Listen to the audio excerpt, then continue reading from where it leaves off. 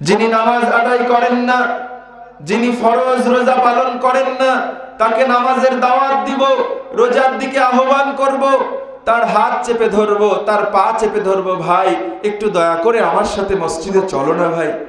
তোমাকে যদি কোনোভাবে মসজিদে নিয়ে যেতে পারি, তাহলে তুমি নামাজ পড়লে যে সওয়াবটুকু পাবে, আমিও তোমাকে মসজিদের হাতে ধরে নিয়ে যাওয়ার কারণে আমিও তোমার সমপরিমাণ সওয়াব লাভ করব।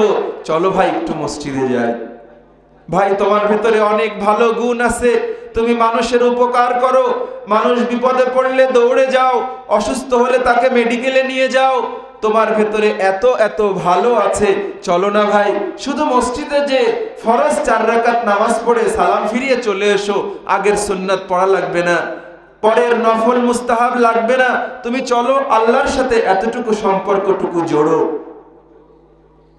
যদি আমার উদ্যোগে, আপনার উদ্যোগে একজন বেনামাজিকে মসজিদমুখী করা যায়, আপনি যদি তাকে ফরজে নিয়মিত ধরিয়ে দিতে পারেন, 1 দিন 2 দিন 10 দিন যাওয়ার পরে আগের সুন্নাত পরের সুন্নাত মুস্তাহাব পড়ার জন্য আপনাকে আর গাস্ট করা লাগবে না, তাকে তারগিব করা লাগবে না।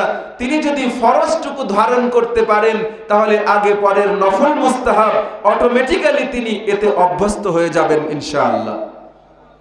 আর এই কারণেই রাসূল করিম সাল্লাল্লাহু আলাইহি ওয়াসাল্লাম বলেছেন, বাশশিরু ওয়ালা তুনাফফিরু, ইয়াসসিরু ওয়ালা তুআসসিরু।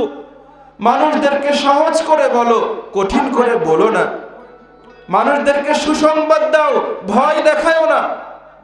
এই মানুষগুলো যারা সাধারণ বাংলাদেশের নাগরিক, মাদ্রাসায় পড়েনি, পরিবার দিন শেখায়নি, বাড়ি থেকে আল্লাহ রাসূলকে চেনেনি, স্কুলে ভর্তি করেছেন, সেখানে আল্লাহ এবং রাসূলের তাওহীদ রিসালাত শেখায়নি, বছর পরে একদিন হুজুরদের আলোচনা হয়, তাও ইদানিং মাহফিলগুলোর যে স্টাইল হয়েছে, মাহফিলে গান গাওয়া হয়, মাহফিলে কাওয়ালি হয়, মাহফিলে এলোমেলো আনন্দ হাসি ঠাট্টার ওয়াজ হয়, যেখানে হেদায়েতের কথাগুলো কমে গেছে।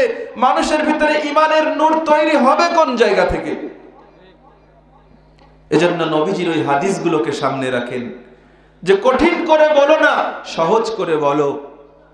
মানুষকে ভয় দেখিয়ে দূরে সরিয়ে দিও না, মানুষদেরকে সুসংবাদ দিয়ে কাছে ডেকে আনো, আল্লাহর জান্নাতের পথটা ধরিয়ে দাও, নিজের চেষ্টায় সে জান্নাতে চলে যেতে পারবে ইনশাআল্লাহ।